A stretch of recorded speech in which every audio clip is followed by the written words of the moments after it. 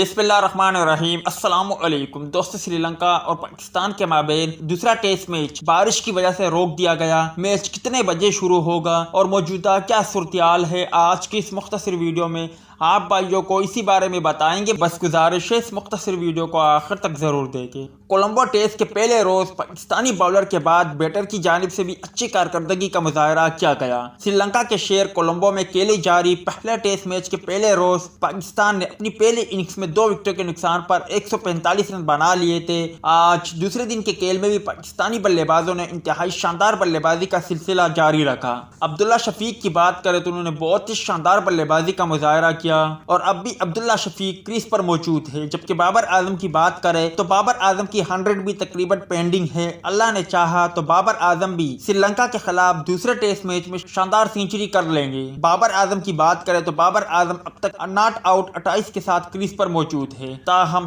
آج صبح چند اوور کا گیم ہونے کے بعد بارش شروع ہو گئی اور بارش کی جو صورتحال ہے وہ بہت تیز ہے۔ مجھے نہیں لگتا کہ آج کے دن کا کھیل جاری ہو پائے گا۔ اگر آج کے دن کا کھیل نہیں ہو پاتا تو اگلے دن تیسرے دن کے کھیل میں پاکستانی بلے باز میدان میں اتریں گے اور کوئی امید ہے کہ انشاءاللہ اللہ نے چاہا تو پاکستانی ٹیم دوسرے ٹیسٹ میچ میں بھی کامیابی حاصل کر پائے گا۔ اس کے علاوہ اگر بارش رکتی ہے اور جو اپڈیٹ سامنے آتی ہے میں آپ بھائیوں سے شیئر کرتا رہوں گا۔